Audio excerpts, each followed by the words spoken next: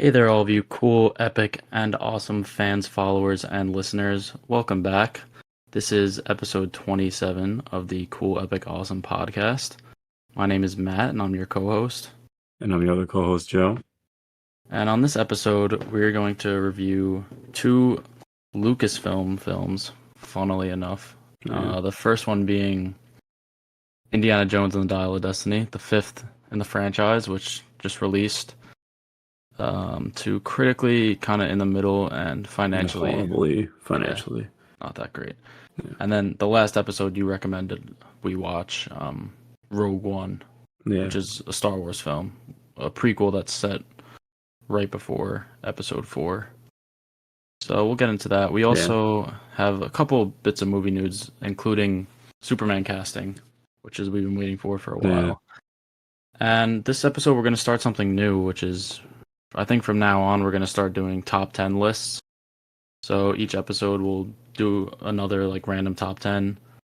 And because of Indiana Jones coming out, I decided that we should do our top 10 favorite legacy sequels, which will be interesting because this is like a trend that's becoming more and more popular with bringing back these actors for nostalgia's sake and digging up the graves of these old franchises. For better or worse. Yeah. And speaking of, so we have Indiana Jones 5. Now the funny thing is that the last Indiana Jones movie, which was Kingdom of the Crystal Skull, almost was a legacy sequel itself. Yeah. Because I mean, I consider it a legacy was, right? sequel. Yeah. Because it was what? How many years after the original? I think it came out in like 2007 or 8. And the first movie, I don't know, it was in what? The last one came out, what, 89 maybe? Yeah, maybe. Either way, it was like revisiting the franchise years later, which they introduced like Indiana Jones' son, played by Shia LaBeouf, and tried to, I think the original plans were like to branch off with his character, but the film did so bad, like reception-wise, critically, that they just banned it. And didn't he have like shit going on too outside of, like Shia? Yeah. Yeah, I think that was around the time of him starting to lose his shit. Yeah. But, yeah, anyway, so this fifth film follows an Indiana who is in his 80s, I would say. He's retiring, and the film takes place like a little bit after World War II. Or maybe actually what? No, I think it's in the 60s. Well, it's definitely after World War II, but it's like a decent. When the moon landing. So when was that? I don't know. I'm not. Look it up. I should know my historical dates better than this, but it's probably like late 1950s. But anyways, so the basic plot of the film is that there's this artifact that Indy had during World War II, which is called like the Dial of. It's not called the Dial of Destiny. I forgot the name of it. It's also an A, right? Yeah. Oh, what's the guy's name? Archimedes or something like that. Like his dial. Yeah. And he had it during World War II.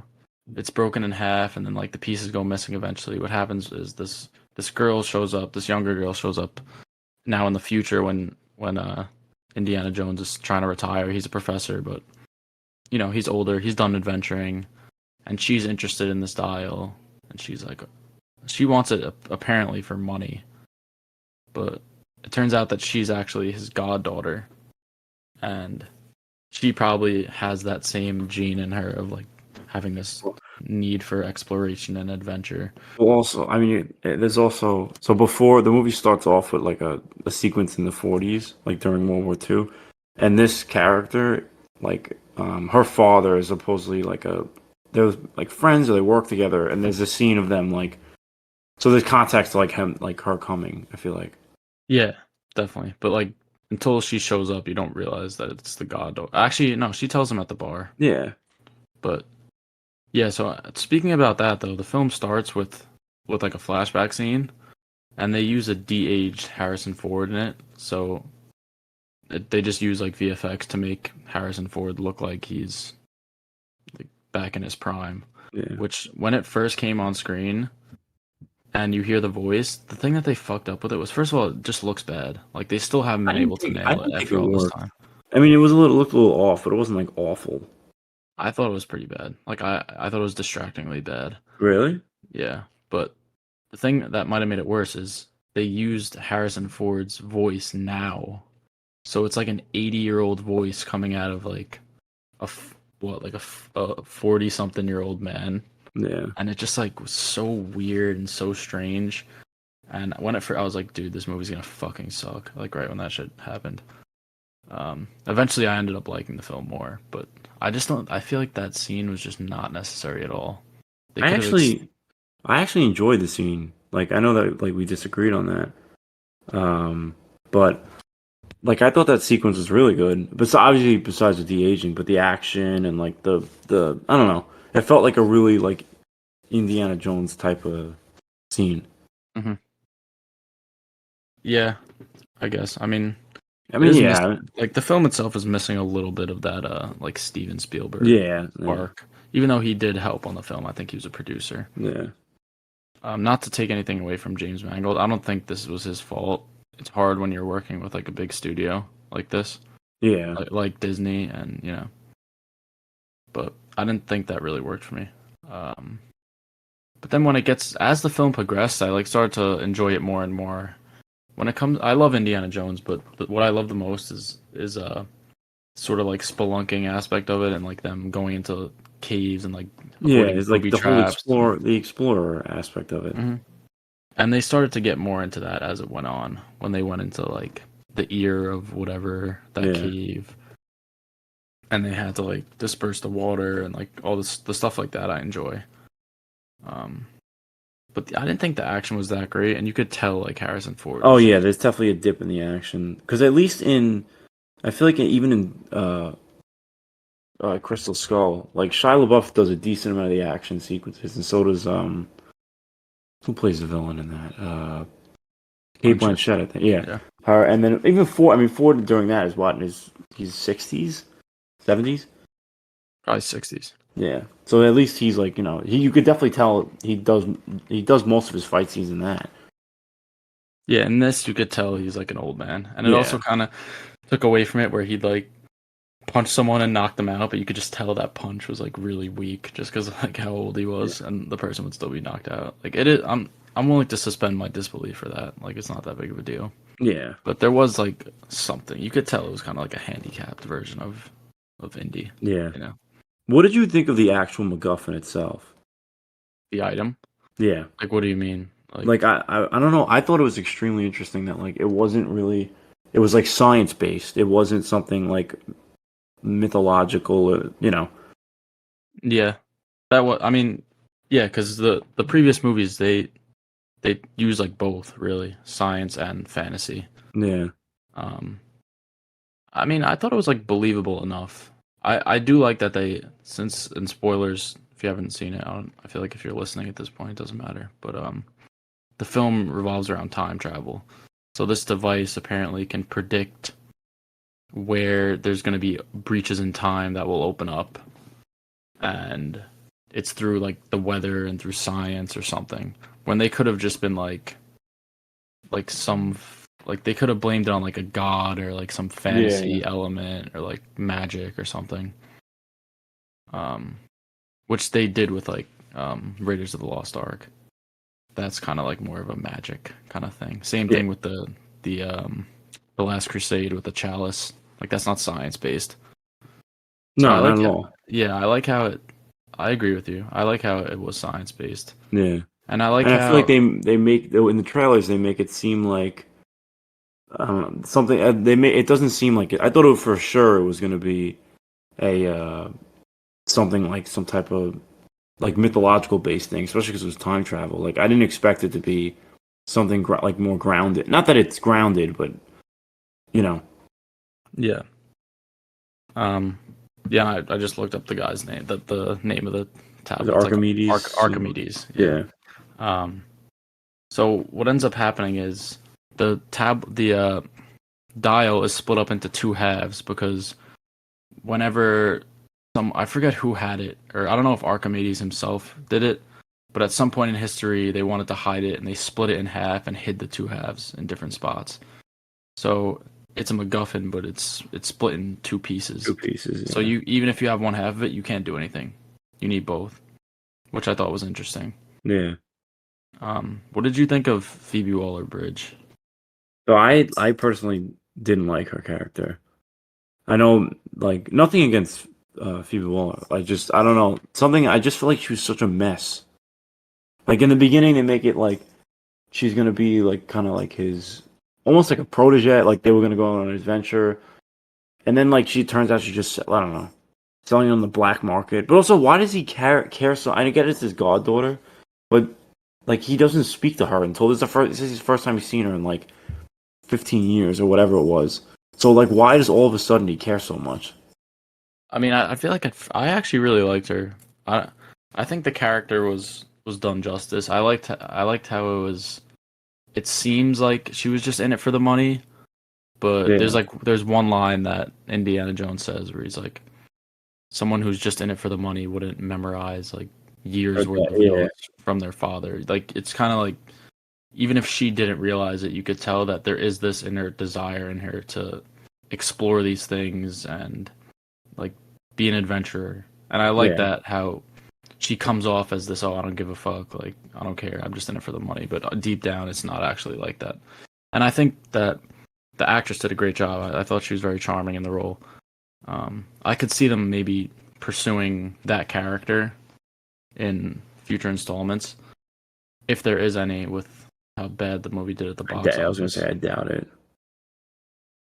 Um, but yeah, I thought she was great. I know she's only the only other notable thing that she's in is that show Fleabag, which apparently is like very very popular. I haven't watched, Yeah, I've but heard like a lot of people talk about that show. I think she was definitely better than Shia LaBeouf, and the film overall was like better than Crystal Skull. I think. Honestly, I'm not a big fan of either of the characters. I don't know. I mean, it's hard when you're like next to Yeah, I was Harrison gonna say Ford. yeah. It's kind of like, but I also Like like how he was the main focus. Like they didn't try to push him pass to the it off to, side and yeah, like yeah. bring in this new like girl. First of all, people would complain about that and be Oh like, yeah, no, "Oh, not this not is there's anything woke," wrong with that, and but people would lose their minds. yeah, which they didn't do that. Which I think that's an easy trap to fall in because Yeah, people are not there to see her; they're there to see Indiana Jones. You know. yeah, I thought Mads Mikkelsen was a pretty good villain. He's yeah. I thought he was obviously a great. great He's actor. always, yeah, he's phenomenal in every any villain role that he does.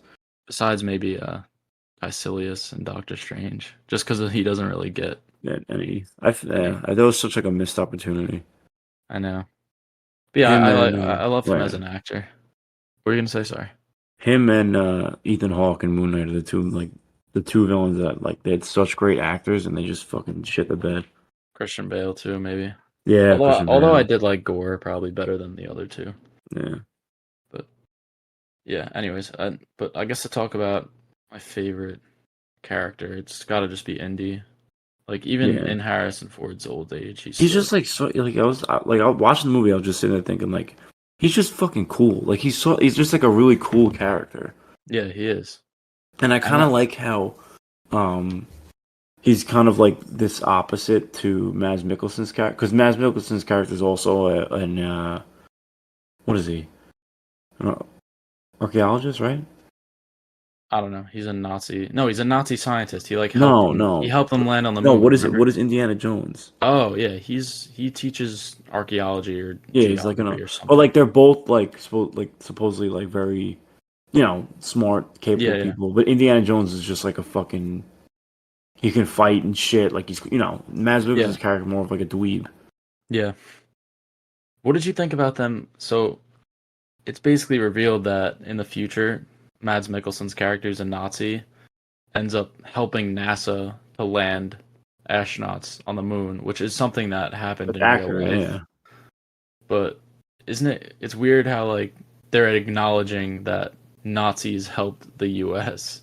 like they after did. World Oh, War. I mean, not like the Nazi like organization. Like it was No, people, I former know. Nazi party members. But yeah, no, but I'm just saying it's like something that's not talked about Oh really. yeah, no, I they'll, thought that was very interesting that they did that. I kind of liked how yeah. they included that. I bet you like a lot of people are gonna see that and think it's not true.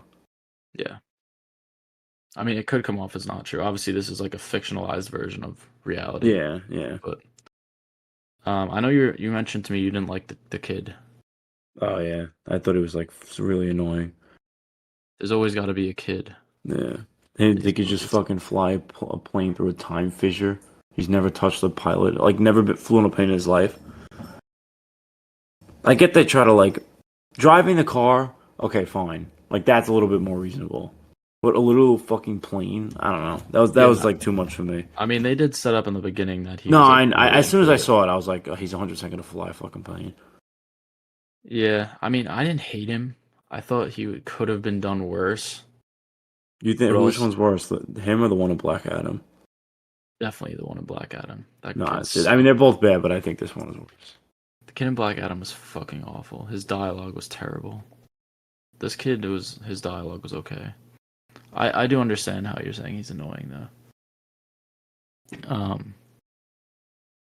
But yeah. Anyway, so as you were saying, like he flies that plane through the time fissure or whatever. So Yeah. yeah, by the end of the movie, um, they the Nazi Mads Mikkelsen gets both pieces of the dial, puts them together, and there's like, oh, there's going to be a fissure in time.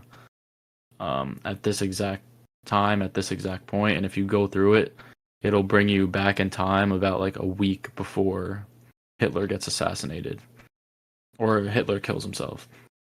So what happens is it's revealed that Mads Mikkelsen is like, well, Indiana Jones is like, oh, who are you gonna kill? Like, are you gonna kill the president of the United States? You're gonna kill like, he says like Franz Ferdinand or I don't know. Yeah. He asks like who he's gonna assassinate, and then he reveals that he's gonna kill Hitler and take his place because he thinks he would be a better leader, which just shows like how like insane this guy is. That he's just like he knows all the events that are gonna happen, Yeah. and he knows like he probably could prevent the Nazis from like losing the war. Yeah. But he wants that power, and he wants to become the new heir or whatever. But what happens is when they go back in time, it's revealed that the dial doesn't actually bring you to like where you want. It just, no matter what time fissure you go in, it always brings you back to when Archimedes was around. So they end up going back to like, what was it, like the 1800s or even previous to that? No, bro, it was like BC. No, 1800s, dude. that was not BC. No, maybe not BC, but it was definitely like the fucking. Okay, Who was maybe the Archimedes? 1400, maybe 1400s, maybe. Who made it? Aristotle? No, Archimedes. Archimedes. I'm sorry. What was the one? I don't know. Maybe I don't know. Whatever. Yeah, I suck with Let dates. me see. Like But his. like they were using like catapults and shit and like bow and arrows. It was a while ago. Bro, Archimedes was born 287 BC, and died in 212 BC. All right, maybe it was BC. Whatever. Either way, that My yeah. 95 of my history region is lost out. I know. Finally, that region is coming Yeah. back. All right, yeah. I guess yeah. Not the 1800s. It's in 200 BC, and they end up meeting the original like Archimedes. He like sees the planes in the sky, and he like pulls up to where Indiana Jones is. Yeah. I Um, honestly thought that was really. I didn't expect it at all. I thought that was yeah, fucking sick. yeah. I was gonna I say thought it my favorite scene was them interacting, like that last scene where not they're the last scene, speaking. They speak but Greek to him. no, just like that whole sequence of them, like all the people from that time, like seeing the planes come through. They think they're Yeah. dragons, and like just I how love, that and then I also technology like interacted. when they go to the tomb, like there's like the like markings and like remember she's like, why does this animal have propellers? Mm-hmm. And I was like, I thought that was sick. And even when that they showed that scene, I still like didn't even pick it up that they were gonna. I don't know why. I thought it was just that they went back and because it was showed that it worked Yeah. because he had the watch. No, I didn't pick it up that they were gonna get transported back to his time. I just thought Yeah, maybe he used the dial himself or something yeah, that's what I to thought like too. travel around. But yeah, so they end up going back. The Nazis all get violated, and then they fly back out. Well, at first Indiana Jones wants to stay there, and he's like, "Just let me die I here." kind of so I would have loved it if that happened. I feel like that would have been really cool. Yeah, I thought they were gonna do that, and I I mean, would have. I don't know. I could have figured that they were gonna not follow through with that, but I thought it would have been. I would have enjoyed that a lot more. Hmm.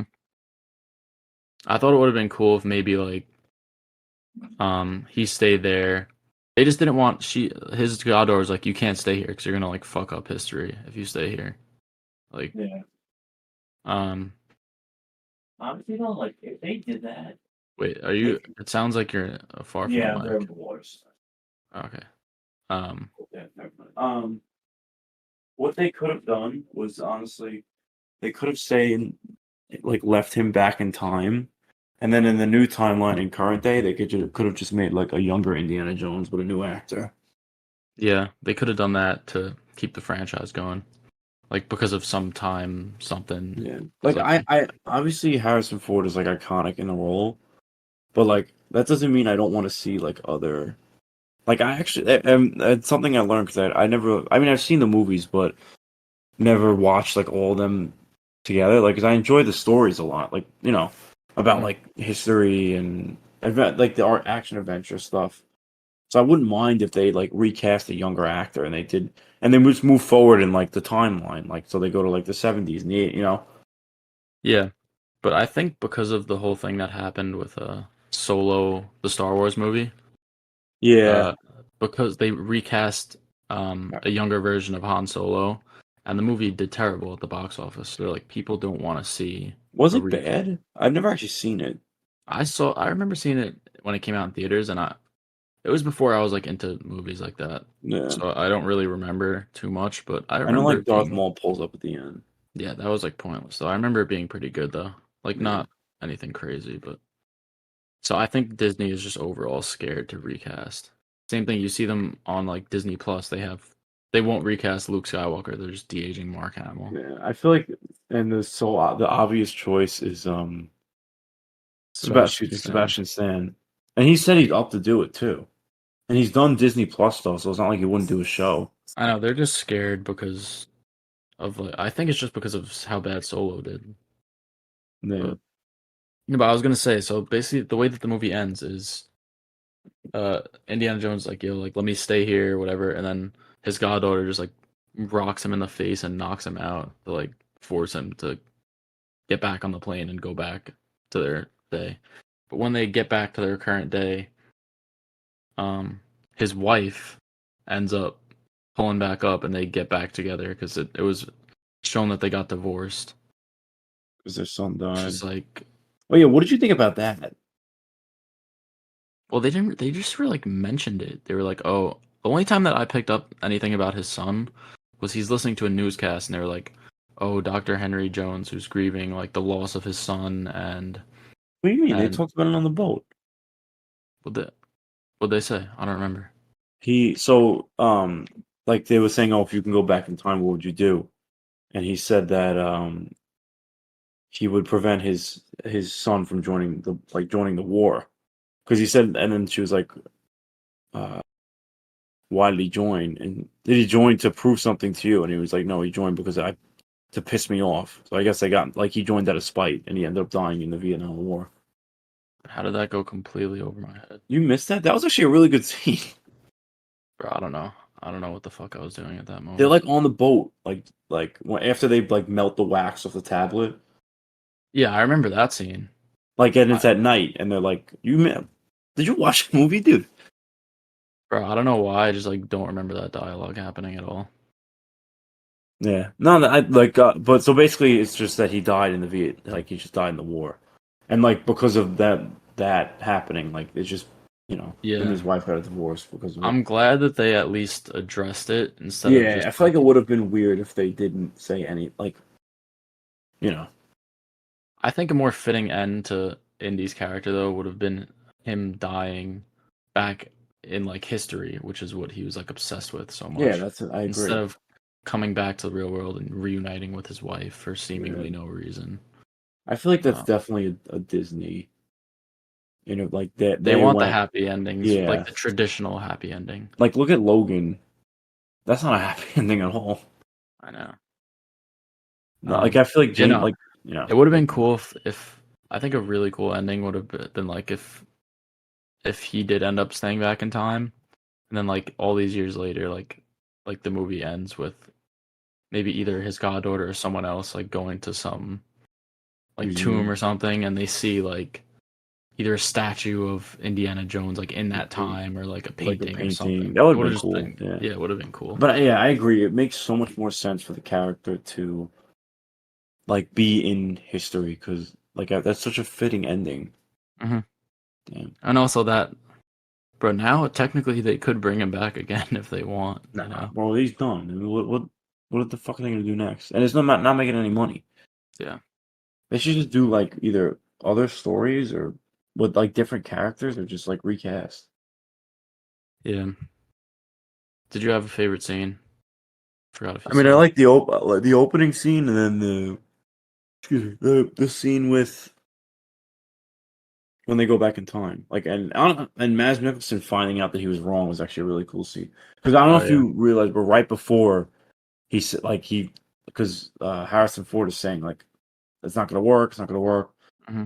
and he's saying like pull back, like leave. Yeah. Yeah. But at that point, it's too late. So they, you know. Yeah. Nah. Yeah. That was a good. I remember that too. That's Yeah. pretty good. But I don't know. I guess before we get to the ratings, do you have any last thoughts? Definitely not as bad as people are making it out to seem. I mean, at the end of the day, it's an Indiana Jones movie. It's not, you're not going to reinvent the wheel. So I Yep. don't think it deserves all the hate that it's getting, but it's fun. Like you go there for fun, you know. It's a fun movie. Yeah. And for context, I saw it with my dad, who's like more of a laid back moviegoer who's just Yeah, into I'm like sure he enjoyed yeah, it. he really liked it. He said it Yeah, was really good. So, and he's not, you know, and he's honestly probably the target audience. yeah, no, that's exactly So, who. Yeah, so yeah, I yeah. guess for ratings, Ratings, yeah, I give it 3.5 stars, 7 out of 10. When it first started, I thought it was gonna be like a 2 star, but I just kept liking it more and more really. as it went on. When it started, I was kind of just like, dude, like, what the fuck was the point of this? When I'm watching like a CGI version of a young Harrison Ford, it kind of felt like they were just shitting on the memory of like the original movies. But then once it got back to current day and shit started to go on and on, I started to like it more and more and settled on by the end settled on a 7 out of 10. So Yeah, pretty good. yeah, I gave it a same thing, 3.5, 7 out of 10. But I gave like it's definitely better than Crystal Skull in my opinion. Would you say that, Matt? Yeah, for sure. Yeah. But it's not like 10 times. You know, it's not like it's that much better. It's pretty close. But Yeah. it's pretty, pretty average. So yeah. All right. So that really does it for that. Um, Indy 5, pretty decent. I would say it's worth it to see it in a theater. Yeah, I So agree. one thing we didn't mention about it is the length. Also, it's like 2.5 hours long. But I honestly Yeah, didn't dude, it felt feel mad fucking. Nah, at the end, I was like, dude, it was not that the movie dragged. It just was like a fucking long time. yeah, but whatever, still Yeah. worked. So, all right, I guess now we'll move on to some of the movie news. I know there's not much this week, right? There's not much, but at the same time, there's some big things. First of all, second trailer for FNAF, which looked sick. I love the trailer. Oh yeah, I feel like it's gonna be awesome. You got all these new looks at the animatronics. So many like memeable shots from the trailer too. Yeah. Like that one of I think it's Bonnie and Chica from like the security cam. They're just looking up. You know what I'm talking about? It's Yeah, like in yeah. black and white. We What's get it called? confirmation Yeah, that Springtrap is in it. yeah, He has a knife. He's wielding like a machete, which is kind of sick. Even yeah. though that's not from the games, like I could just imagine Springtrap violating with a machete. I feel like they're just gonna make. I'm calling it right now. Josh Hutcherson's character is gonna die and be the Golden Freddy character. You think so? 100%. Because bro, Some people are thinking that he's gonna be William Afton's son. I don't like that. I think that'd be stupid. Yeah, I don't really know. I'd have to. I don't because I like know the lore of the games, but not like very well. Yeah, yeah. I I know kn- like I the know gist of it. he has a son named Mike. William Afton has a son named Mike, but there's also a separate Mike that is a security guard. So, like, people think maybe they're combining the two characters, or does he want? And I know, like, he likes, like, his whole thing is that he likes killing kids, but does he like kill his own kids or no? I don't know. Like, I think his daughter. Well, his daughter dies by accident, right? his original son is like the bite of 87. Well, Yeah. no, not his original son, but No. his youngest son. That he gets, he gets Yeah. bullied by his brother and his friends, and they like put him in the spring lock suit. They put his like head in the mouth of the suit, Yeah. and because of like how much he was crying, the water caused like the spring lock to malfunction, and it chops down and like crushes his skull and like kills him. Which I hope they do that scene in the movie. That would be I mean, pretty. it is PG-13, so I don't think they're gonna go like. I mean, they could at least imply that it's. They don't have to like show his face. They show it when off it's screen, squished, but like, yeah. So then I think his daughter ends up getting killed by another animatronic.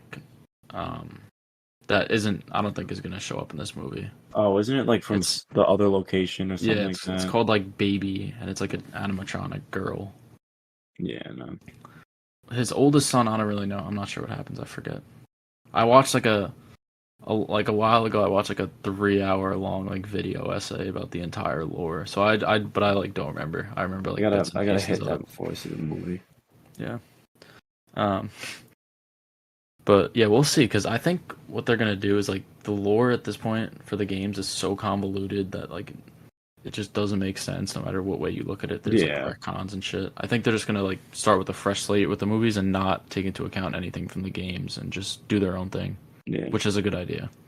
It'll help more of the casual goer. As long as they like generally get like, that feels like that, like they definitely understand the source material.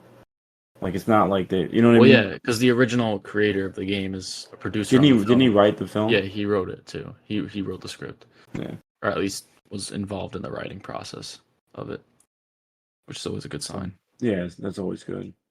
I don't really know anything about the director, but I honestly, not that like, no disrespect to the director, but I don't really think it like. No, it's some lady that I looked at her previous stuff. I think I might have recognized two of the horror stuff, right? Yeah, I might have recognized like one film, but honestly, this is the type of film that I think the director doesn't matter too much. Yeah, I agree. It's made on a low budget, and they're trying to like honestly, they're trying to like sell toys and shit. Yeah. Like, do you think they're gonna make a lot of money? Yes, I think it's gonna be a mega hit for the budget at least. What was the budget? I think like 25 million, maybe. No way. It's definitely more than that. I mean, you want to look it up right now? Yeah. I got the. Bro, because it's Blumhouse. Stream. Blumhouse does not. I'm telling you, it's like. I want to say it's going to be like upwards of 50-60 million. Even if that. I see this making 100 mil opening weekend. Let me see. Really? You think 100 mil? Worldwide? Yeah. Dude, I don't know. I could see it. Let me look at 5 nights. It's gonna be like a situation where it's getting like memed so much on TikTok that like all this young crowd is gonna go see it. No, I definitely think it's gonna make money, but I just. There you go. Where would I find it? Wikipedia. Just look up Five Nights at Freddy's movie budget and just see what comes up. I did. 36 million. Okay, 30. All right, yeah, that's gonna 36. Never mind. They're gonna probably make their budget and marketing back in the opening weekend. Well, think about it like this: Insidious 5 just came out. I didn't get a chance to see it yet. Got bad reviews. Not a lot of trailers. Not a lot of marketing. Advertising. It cost. They already made. Yeah, it cost 16 million to make. It already made 30. 32 million. Like, and that's Insidious, which is, it's kind of popular, but we're talking about FNAF here. Yeah, like if Insidious I didn't know the budget was that. I thought it was like a lot bigger than that, honestly. That's the thing. That's why this is such like a great way for studios to make a quick buck. That's their MO. Blumhouse. Low budget horror is like the way to go, because even if the movies are bad, people still go to see them. Yeah, this is also a good transition into something.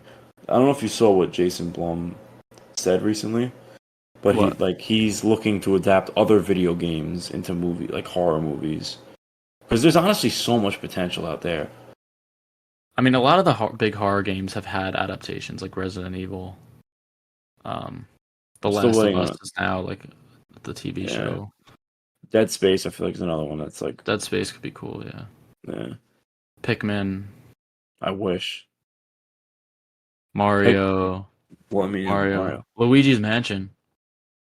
Yeah, I was actually thinking about that. I mean, it probably won't. The Haunted Mansion movie coming out in July does well. I feel like that's gonna give like Nintendo would be more interested in doing like a little because they could have not that they're like the same, but just like the similar like type of aesthetic of it. Yeah, I think they would have done it regardless. I still, Really? yeah, I think they're gonna end up doing that. I feel like that's an inevitable thing that's gonna happen. I mean, I hope so. But yeah, we'll see. I We'll mean, see with. King Boo is technically canon in That's the true. Mario shit because they had well he was at the wedding, right? Yep. You want to hear something Yeah. crazy though? Yeah, We're within 3 months of FNAF. that's kind of insane It's to think coming. about. Yeah, I'm so hyped, dude. It's and gonna be so funny. Oh yeah, Saw X Saw X comes releases. out on the same day as well.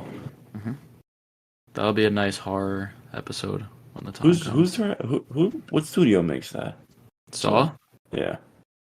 Fuck, I think Sony. I Really? want to say Sony. I don't know. No. Let me look that up though, Anyway, because I'm curious. Did you watch Spiral, which is like the last Saw? no. It That's was what pretty like bad. fucking. Honestly, I haven't. I never really watched Oh no, when I was younger. I never really like watched that type of horror stuff just because I don't know like gore. But now like I'm so like immune. I'm also like for those who don't know, I work in an emergency room. I'm a nurse, so I see so much fucking shit like that now that I feel like I could stomach the movies. yeah. Oh yeah, I looked it up by the way. It's Lionsgate. What's the So budget? I don't know. For some reason I feel like it was low, but they're the good thing is they're bringing back Tobin Bell. Didn't he like? Is he supposed to be dead? And like, Bro, he's supposed to be dead since like Saw 2, and they're at Saw 10 right now, and he's been in every single film besides Saw X. So I mean, besides Spiral. yeah, So, that's actually funny. but it's like part of the like goofiness of the franchise that he always like manages to come Yeah, back. Shit, it's funny.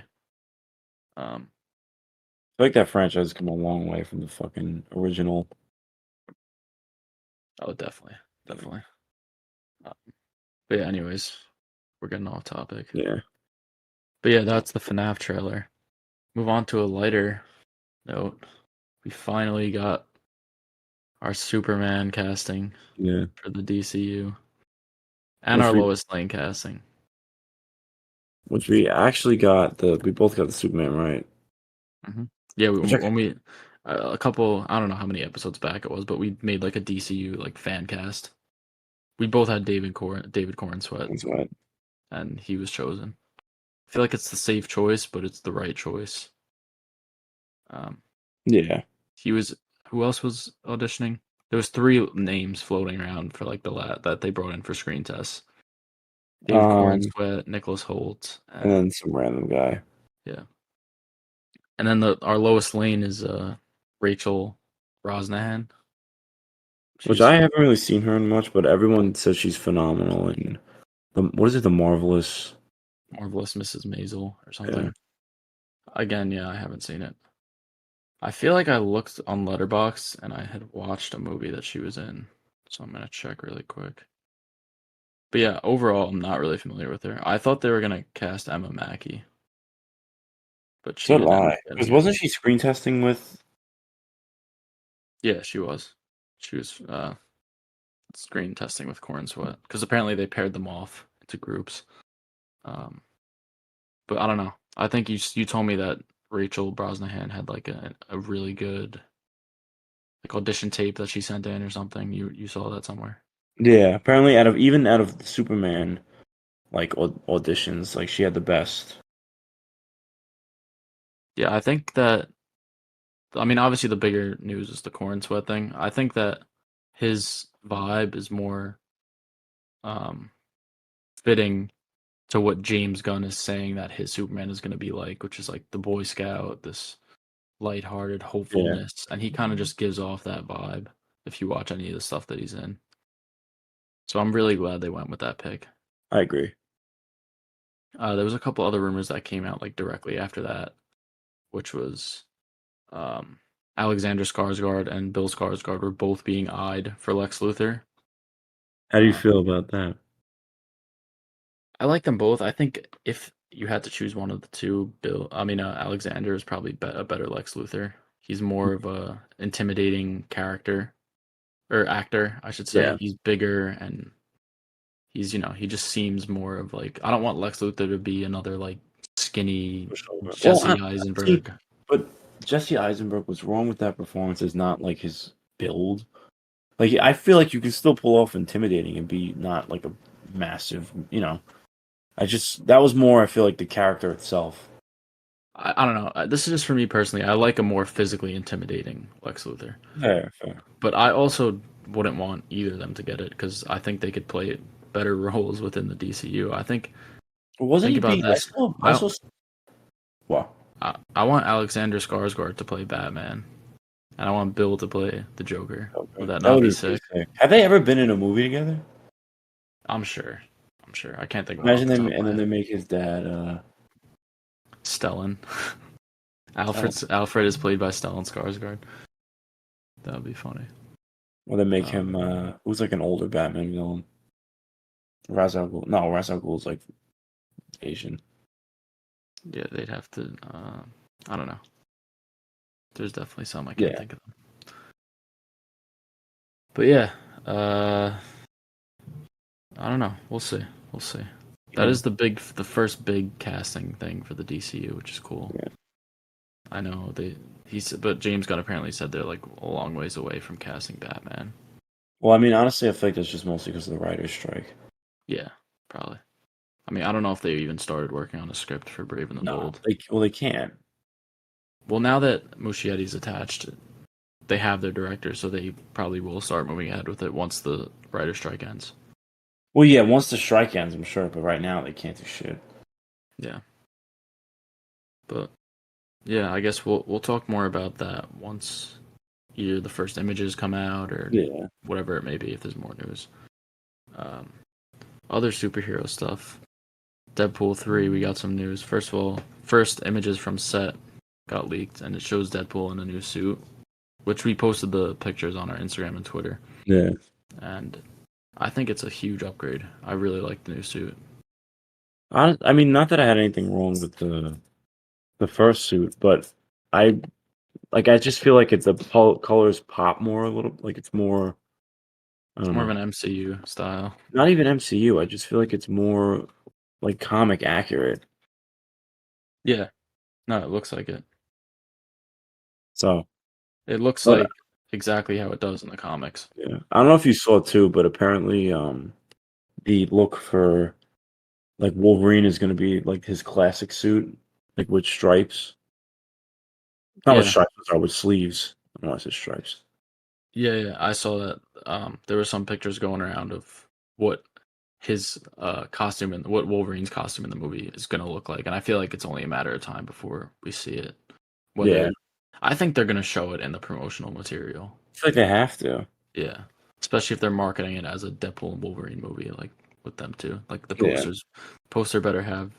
I could imagine there being posters of them like doing honestly, I don't know if you saw the picture of like when they first announced it. It's like him like with supposedly like putting the spikes through his head, and then he has like the gun, like that comic thing. Yeah. You're definitely gonna do that for a poster.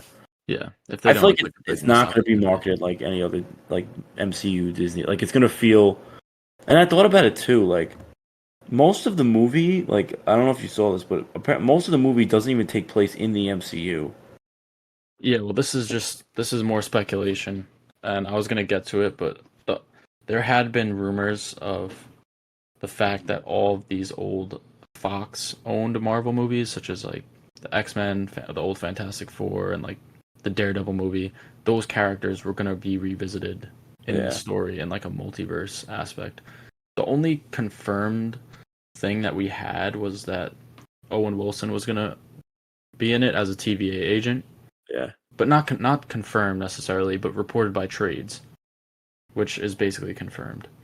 And now, what was recently reported by the trades was that Jennifer Garner is going to return as Elektra. So if they're bringing Elektra back, they must be bringing all the other people back, because why would they just bring her? She's like the most obscure character probably out of any of those. Yeah. I feel like that kind of confirms it. You could say what you're gonna say though about how it doesn't take place in the.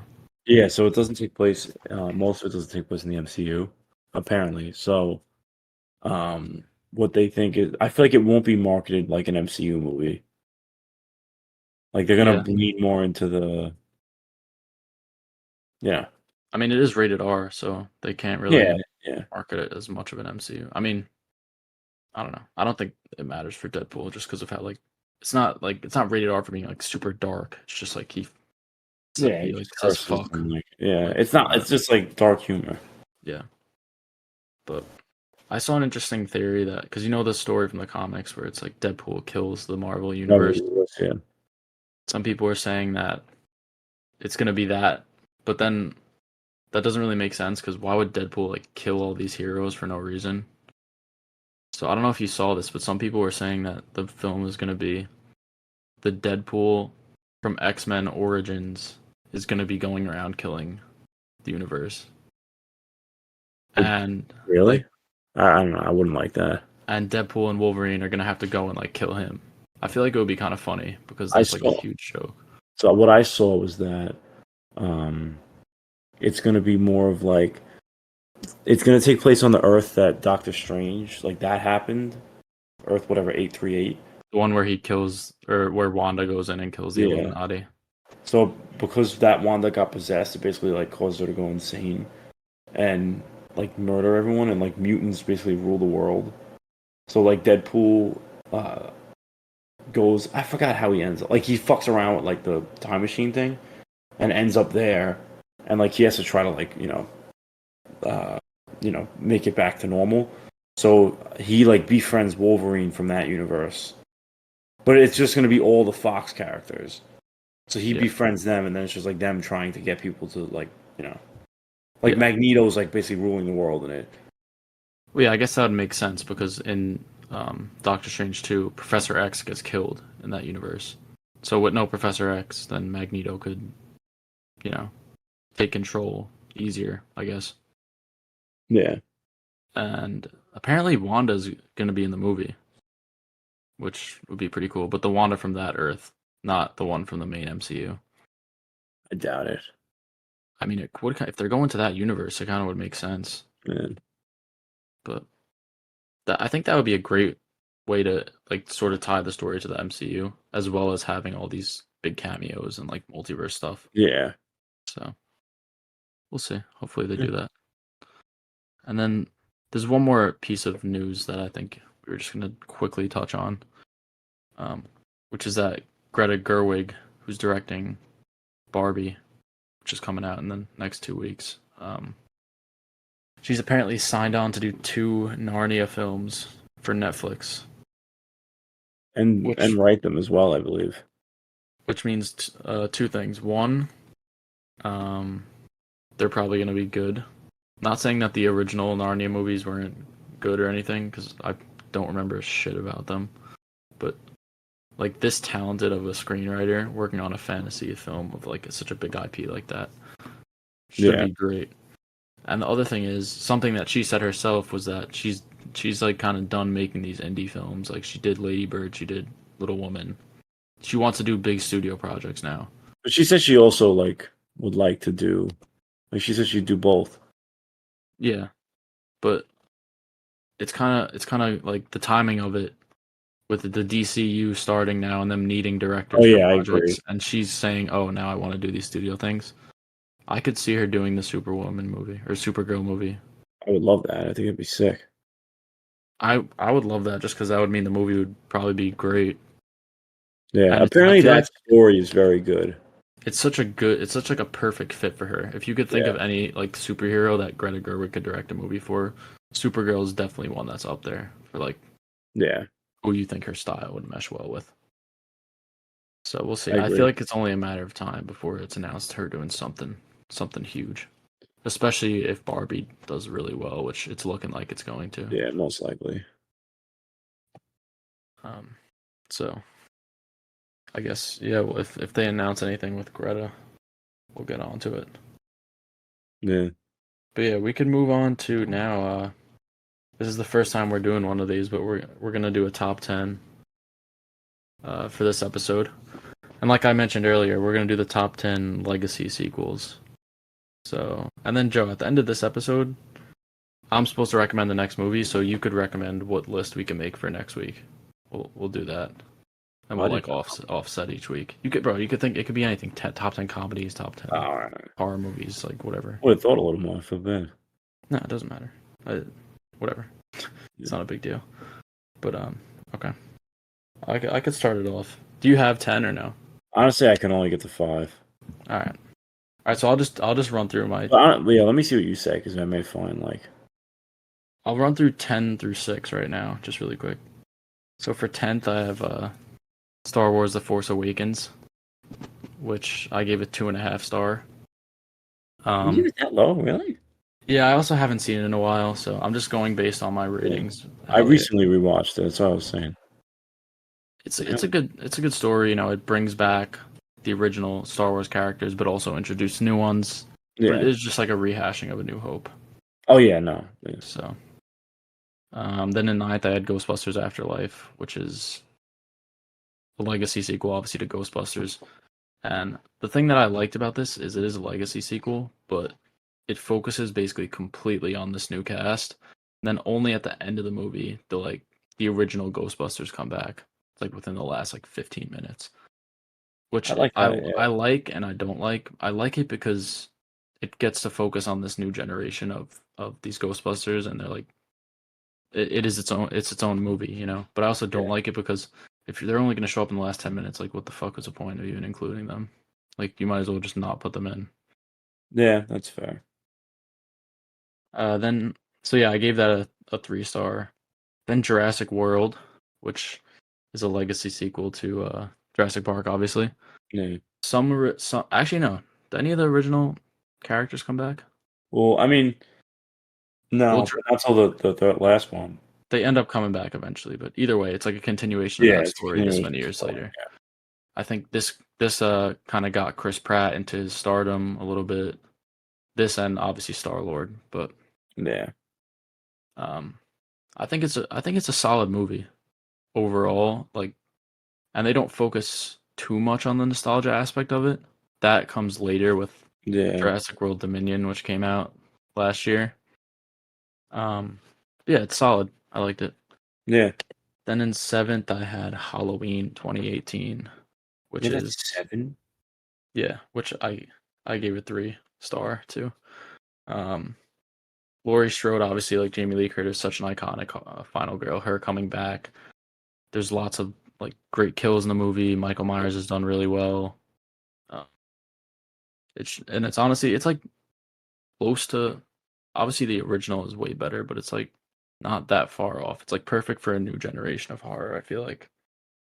Yeah, that's fair. And then 6, I had Indiana Jones, The Dial of Destiny.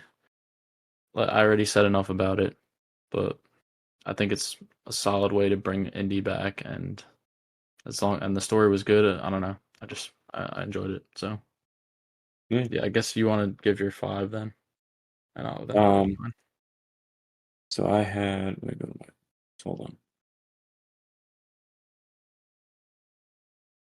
So I had 5. I had Scream 5. I'm honestly, this is pretty. I'm not gonna go super in depth. 4, I had Jurassic World. Actually, wait, I had 6. I'm a fucking idiot. 4. So 6. Wait, hold on. What? No, I was gonna say we could go back and forth for the last 5. The only reason why I did those first 5 was because I could just get them out of the way because you didn't have. Right. I have 6. I lost. So Scream 5 was the 6th one. Okay, so you want me to do the 5th then for mine? Yeah, I also had Scream 5 as my 5th. I gave it 4 stars, and that was a perfect. I just think it's a perfect film to bring old and new together, and I love the franchise so much, so it worked a lot for me. What was your 4? My 4 Or was your 5, I'm my sorry. 5 was Jurassic World, like the first Jurassic World. The second and third, I really like don't. I feel like they take a really pretty big dip in quality in those. Hmm. Um, but I really do enjoy the first one. Yeah. Uh, for me, 4. This one I didn't even know was a legacy sequel until I was like looking it up, but it's Mad Max Fury Road, which I don't know if you've seen, No, but apparently I mean I've heard it's like fucking. it's in like the same timeline of those Mel Gibson original Mad Maxes. Hmm. It's just such a great movie, dude. It's so like insane and just nonstop action, and it looks beautiful. It has a bunch of great performances from Charlize Theron, Tom Hardy, and Nicholas Holt's in it too. He does a great job, and it's just a Yeah, great film. You should watch it at some point. yeah, I've heard it's all I've heard is great things about it. Hmm. So you wanna Yeah. Oh, I'm sorry. So for what are we on number 3? 4? Oh, 4 I have Star Wars: The Force Awakens. I know it's pretty like on the nose about like it's pretty much the same as the original, but I still liked it. Yeah, but yeah. I already said a bunch about it. So, Yeah, and then third for me was Top Gun Maverick, which came out last year. Obviously, a legacy sequel to Top Gun, and I like this so much more than the original Top Gun. yeah, It's just such a great action blockbuster, and it was like basically to me, this is like the movie that broke the pandemic. It was the first $1 billion movie since the pandemic started. yeah, Well, I mean, besides Spider-Man: No Way Home, but that doesn't really count. yeah. Um, but yeah, So for number 3, I had Creed, okay, which I mean it is technically a legacy sequel, and it is. I Yeah, mean they hold up pretty well against the Rocky movies in my opinion. you see, I would have included that, but I've only seen Creed 2 and 3. I never saw the We just saw original. the first one. Yeah, Uh, so I didn't. I felt weird like putting it on my list. yeah, But yeah, and then number 2 for me was Blade Runner 2049. Another one which I think is just so much better than the original. I watched the original Blade Runner and just like didn't really get the hype, to be honest. yeah. I didn't. I watched the original. I never watched 2049. It's probably like the most visually stunning film I've ever seen, or at least up Yeah, there. Has one of my it has my favorite is Harrison directing. Ford in it? Yeah, he is. What's like the plot? It's just like years What after are they? the What are first they? film that Androids? They're called. I forgot what they're called. they're called like replicants. Yeah, Um, I don't know. Apparently, there's like they're trying to find Harrison Ford's character for some reason. I forget why because I haven't seen it in a while. But I remember when I watched it, the story wasn't like the thing that really hooks me onto it. It was more the visuals. But yeah, yeah, I can't like fully recall the story off the top of my head. I just know that they're trying to like Ryan Gosling's character is trying to find Harrison Ford's character. yeah, Um, but the cast is great. Obviously, Gosling's in there. You have Ana de Armas, Jared Leto's in it, and he actually does good. Surprisingly, yeah. it's like one of the only good Jared Leto roles besides Morbius, obviously. Yeah, that's most Um, iconic. but yeah, I know you've probably seen tons of memes from it just because like Ryan Gosling gets memed on so hard, Yeah, yeah. and I don't really But I mean, like I've seen like the scene, like I've seen like nitbits of it of like, um, the one just with like the giant Ana de Armas. Like, yeah, yeah, like yeah, that stuff. yeah, it's just such a well-made film. Is Darren And Villanueva?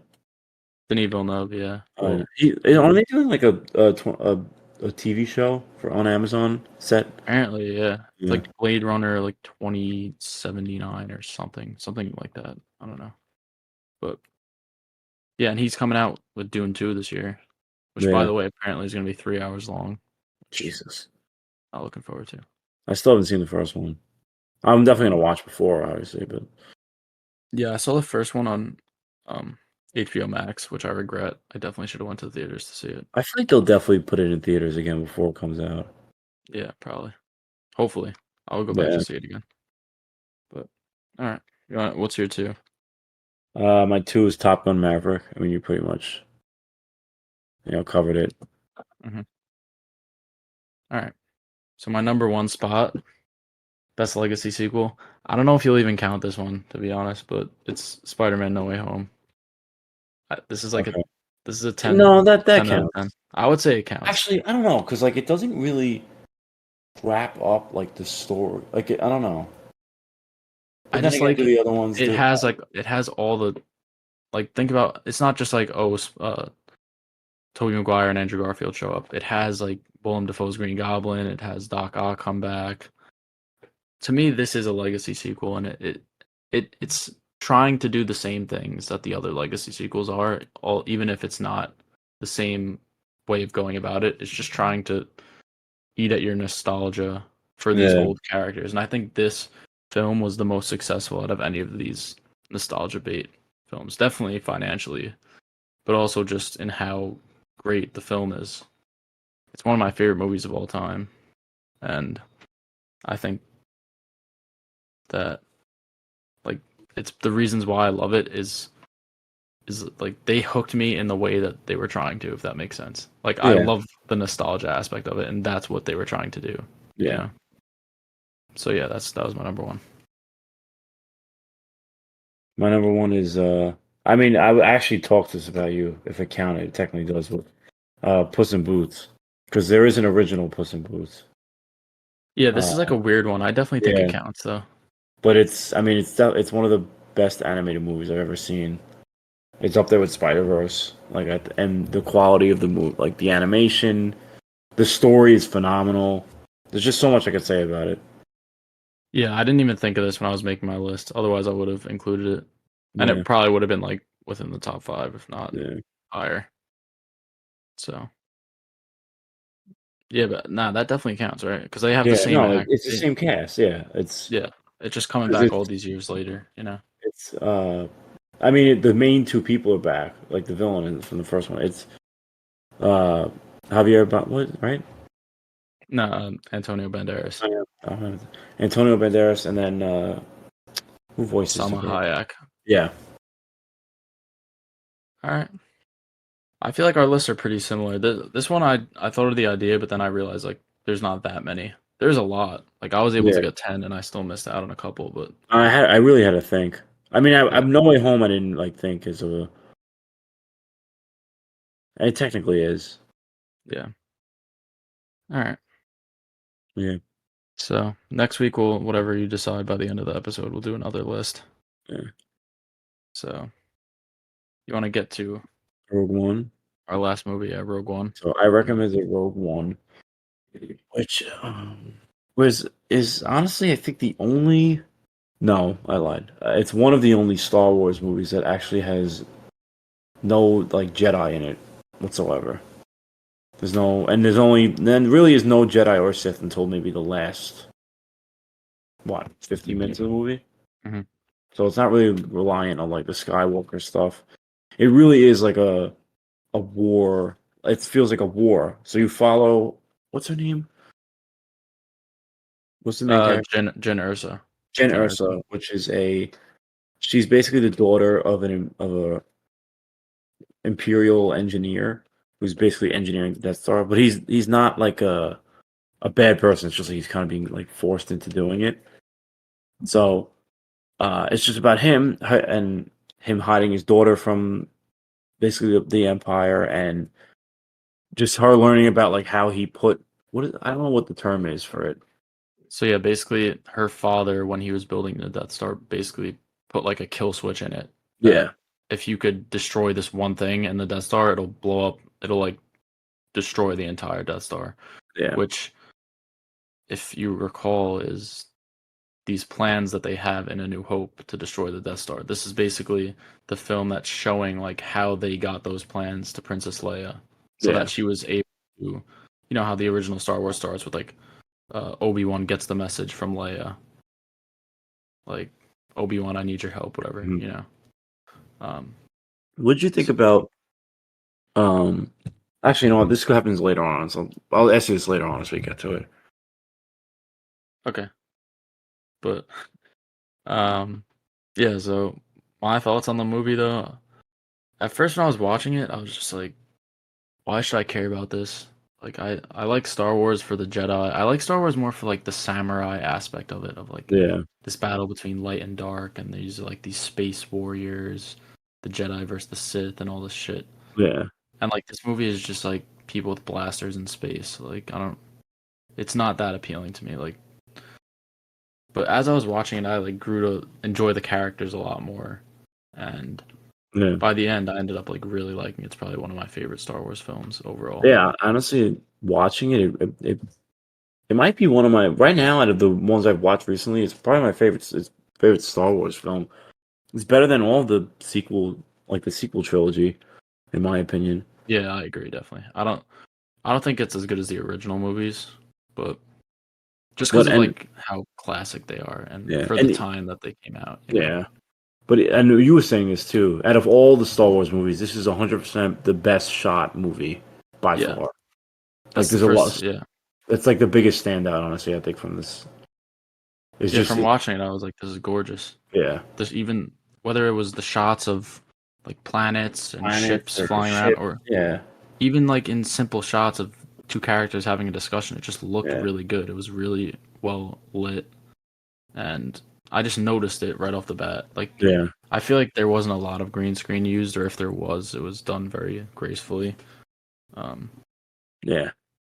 it doesn't feel like a big blockbuster Star Wars movie. It feels like a more No, personal story, which I yeah, think this is a pretty good way to do a prequel. You know, it just it contextualizes some of the stuff from the original film without like changing anything important or yeah, adding anything too crazy, and it ends like right where the next movie starts. You know, like it's literally ends with Leia getting the plans. yeah. Um, so yeah, I thought it was really good, and also actually I'll talk about it later because we had a question about something with the director, the Q and Ah, A. But I'll talk about it later. yeah. What were you gonna ask me though? Did you have Um, something? honestly, I don't remember. Was it something about you said it happened at the end? Was it the Darth Vader thing? Um, maybe. Yeah. Oh, yeah. I guess the Darth Vader. I mean, I think that's my favorite shot in any Star Wars movie. A favorite scene, honestly. Either that or Duel of the Fates. Yeah, when Darth Vader just like pulls up and Just violates murder. all those And, rebels. yeah. Yeah, I think they used Darth Vader in this movie pretty well. Yeah. I like He's that not the he's story's not in like it he's too just like much. a side character in the movie. Yeah, and I like you can tell in this movie. I think they did really well, like how um like dominant he is, you know, Yeah. and how Absolutely. like brooding. He's fucking huge. He Yeah. like towers over whatever's his face character. Mads Mikkelsen. No, Mads. No, In Secret Invasion. That was. yeah, I was gonna say Mads Mikkelsen too. He Uh, has a similar fucking name. oh, What is dude. his name, bro? Damn it. No, hold on, I'll look it up. Is it, is Once, it Ben? No, oh no. yeah, Ben Mendelsohn. Ben Mendelsohn. Okay. Yeah, like Um, Vader towers over him. and honestly, he was a great villain too, Ben Mendelsohn.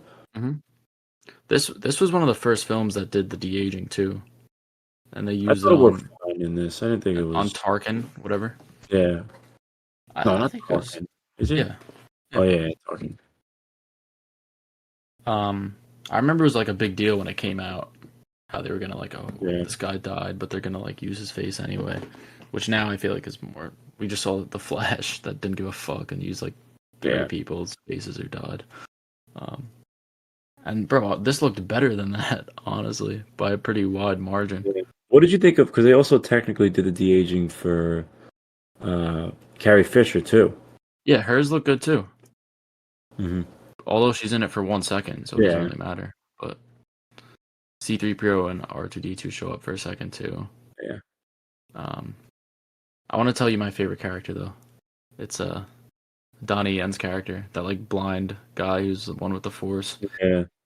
It's funny because that's basically exactly who Donnie Yen plays in John And Wick every. 4. Yeah. Yeah. I was gonna say that actually. Because he's blind in John Wick 4 Yeah. too, and he could still violate people. I don't know. I just love Donnie Yen. I loved his character, and I like Jin obviously. Yeah. Um, I know you said you haven't seen Andor, right? No, I kind of want to watch it now. Yeah, I think the guy who plays Andor is pretty good. Yeah, But Diego something. Diego Luna. Yeah, Um, yeah, I still probably won't watch it, but it's funny because this is people say, oh, this is like the best thing Disney Star Wars has made, and and then there's people no. say Andor is also like the best Disney Star Wars show, and those are the ones that get like not a lot of attention. Yeah, It's kind of funny.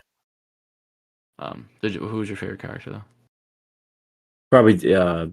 Honestly, I really liked the droid played by Alan Alan Tudyk. Tudyk, which is he's an also a phenomenal voice actor. But I don't know. It was the first time I felt like a droid had like more of like a personality, if that makes Hmm. sense. I feel like all the other droids just kind of like sit there and just whatever.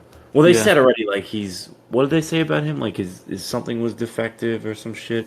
I don't know. So there was something wrong with him as to why he was acting like that. Yeah, I forget what it was. Um, but yeah, no. The reason why I liked this film as much as I did was just because of like how honestly just how good it looked. Like yeah. I didn't really care what was happening. Like all Did the it make scenes any just money? looked Like, did so it make good. money? I think it did decently. It did better than Solo. I know, but I gotta watch Solo too. That's another one I haven't seen. yeah. Um, but what was I gonna say? I guess I want to talk about the ending. Well, I'll talk about my favorite scene, which Yeah. is the last shot, or not the last shot, but one of the last shots when Oh no, what they're holding each other on the beach. yeah, and like they both know that they're gonna die, and they're just sort of like accepting it, and then Have and you? That's like Cassian one of the. Andor, he says to like Jen, he's like, your father would have been so proud of you, and then they both just get blasted from the Death Star. Uh, So they sacrifice themselves to basically save like the galaxy or whatever. yeah, I thought that was such a well done scene. I even got a little emotional yeah, I watching was it. gonna say that's probably like one of the more emotional scenes in a Star Wars movie. Yeah, that or maybe Han Solo's death, but even that was Yeah, not even. not even close. Like this, yeah, But this just shows like what you can do with a good script and taking making sure like your movie is quality you. made. I You know, do. I feel like it's the best written Star Wars film as well. I mean, I don't think it was necessarily like amazingly written or anything. It's definitely better than Most like of the other movies.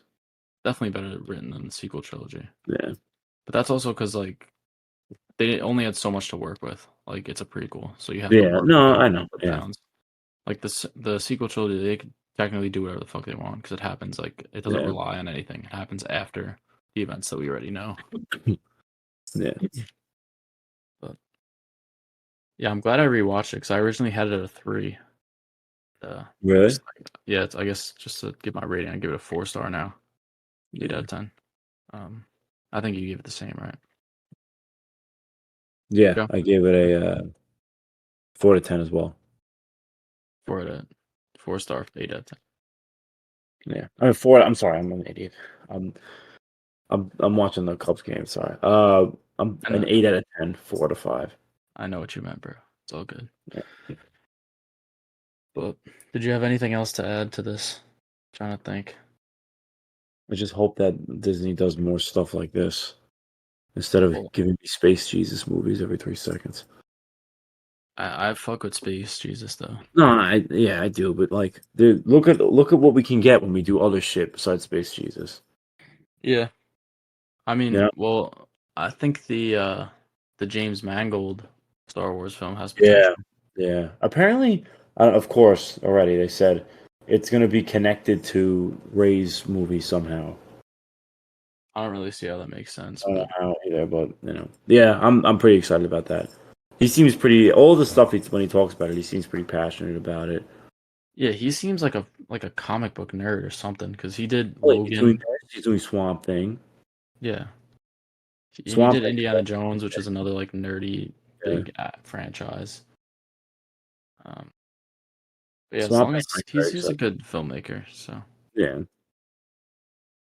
yeah, that'll when that comes out, or when any news about that comes out, Yeah. Well, excited to see what they're gonna do with it. But yeah, overall for the film, I just think it's like a great cast, like a great ensemble, Yeah. and I like it is sort of like Guardians of the Galaxy esque, where it's this team of Yeah. people that Yeah. like shouldn't really be together on a team, but just because of circumstance have to and end up like forming connections with each other and stuff, you know. Yeah. So very good film. Yeah, absolutely. And yeah, that's it. I guess we'll move on to the Q&A Yeah.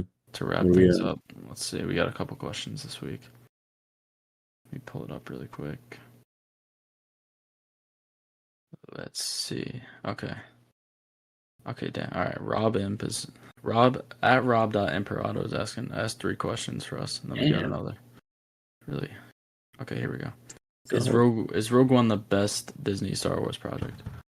I would say no, just because I think that would be The Mandalorian season 1. Yeah, I agree. That Mandalorian season 1, but it's not far behind. It's definitely number 2. Yeah, I really like The Mandalorian. It's crazy, like how the first, like if you watch the first season compared to what the show is now. Well, the first season it's like a gritty space western. Yeah, And now it's like Lup Shido cameos and whatever, bringing back an old. I mean, also season 2 was good too, though. That reveal of Luke at the end was sick. Yeah. I feel like the aesthetic is just like not. I don't know, dude. Yeah.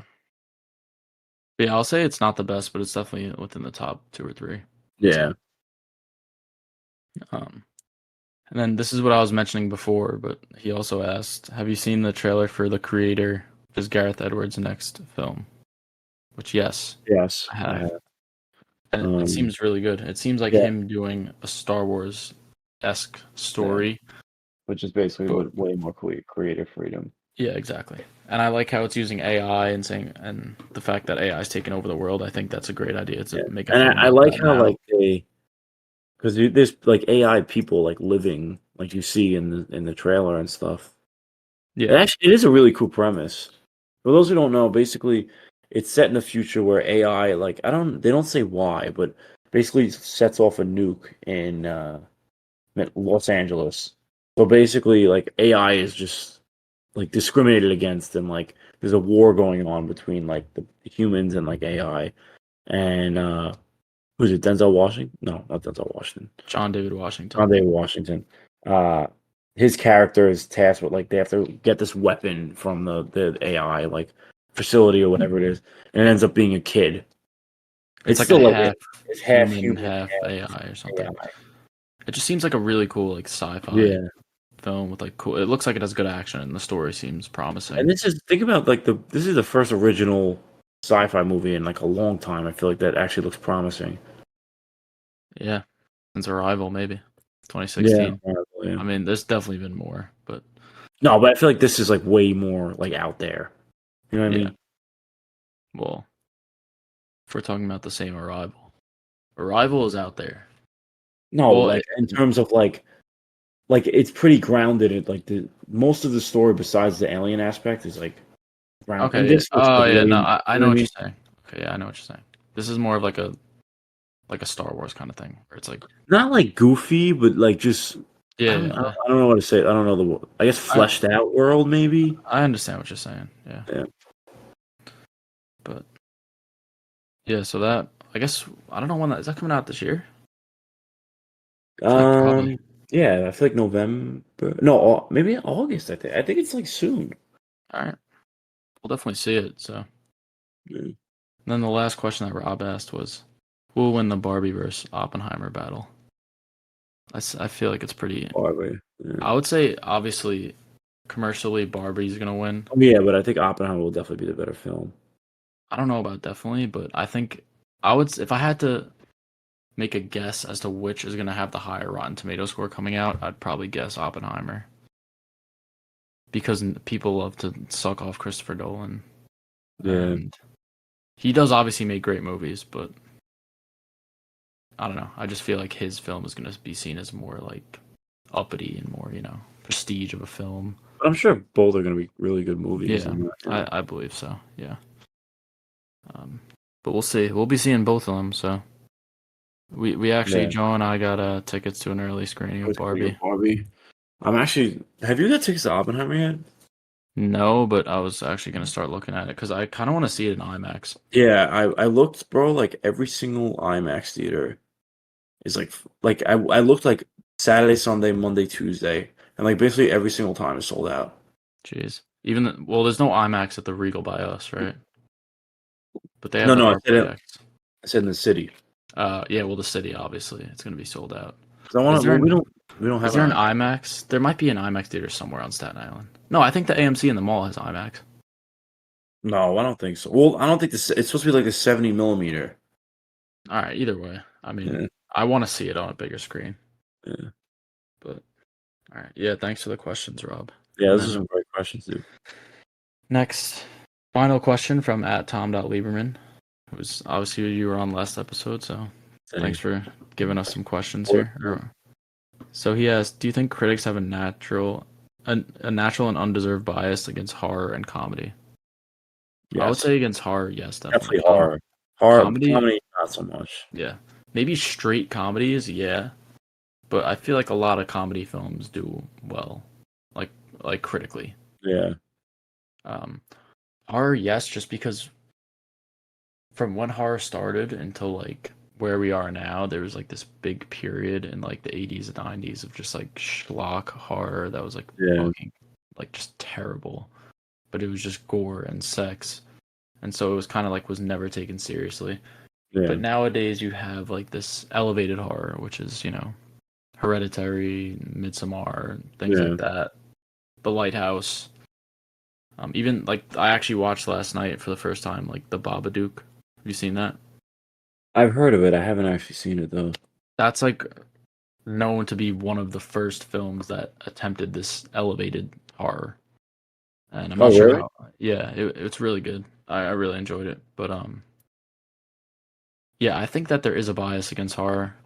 And like you're seeing with Insidious, the reviews are terrible, but guess what? It fucking doubled its budget already in one weekend. Yeah. So And also, I feel like the audience score like isn't bad. I don't know. I didn't check it, but I think it's in like the 70s or 80s, which is solid, not bad for a horror movie. yeah. All right. So thanks, Tom, for the question, but that's it for the Q&A. I guess I'm gonna recommend my movie, and then you could choose a list we could do for next Yeah. week, top 10. So this movie that I'm gonna recommend. It came out in 2018, and this is the film that I probably credit with getting me into cinema in the first place. It's one of the first movies that I watched, if not the first, that I was like, damn, like this actually left me impacted, Yeah. feeling something after. And that is mid 90s, directed by Jonah Hill. I've been waiting to talk about this for a long time. Yeah. I know. Um, That's phenomenal. I actually really like Jonah Hill. he So is I'm he pretty. is in the news right now, though, Yeah. for apparently being Yeah. like toxic to I his did see. girlfriend. So maybe Yeah. we'll have some Jonah Hill news next week to talk about as well. But Yeah. yeah, I love the main kid is Sonny Soljic, whatever. He was also in Killing of a Sacred Deer. He's like the kid that they kill. And he plays Yeah. a Atreus, right? In God of Yep. War. He plays Atreus. For those Uh, for those God of War fans out there. yeah. Um, but yeah, that'll be it's less than 90 minutes. It's a short film because we also have next week we're gonna have to talk about. Next week is Barbenheimer episode. Yeah. So this is like a quick little 90-minute because we're gonna have to do those two films as well. Also, Mission Impossible is coming out, which we're not gonna include it as one of the main movies, but we're probably both gonna see it. So if it is like really good, we'll just we'll talk about it. Yeah. So yeah. But yeah. All right. So you wanna what should we do a top 10 of next week? Any ideas? So I actually thought of a pretty interesting top. So I was gonna say the top 10 it doesn't have to be a creature, but like either like monster cat like creature designs or like just like the way something like I don't know like the alien is an example in the Okay. alien, like Predator, like stuff like that. All right. Yeah. So like just top 10 creature designs within a film. You could do that. Although I feel like we're probably gonna have the same number one. I don't know. Actually, maybe Well, not. I feel like I've seen a lot more creatures than you, Probably, yeah. but Yeah. all right. Yeah, that's a good idea. All That's right. a good one. All Yeah. right. So next week Go out, go see Barbie, go see Oppenheimer, and try to catch mid-90s. It is okay. It's not on streaming services, but I have a copy of it. So you could hit me up if you want to watch it or rent it for like $3. Yeah. But thanks for listening. We'll be back in 2 weeks. Peace.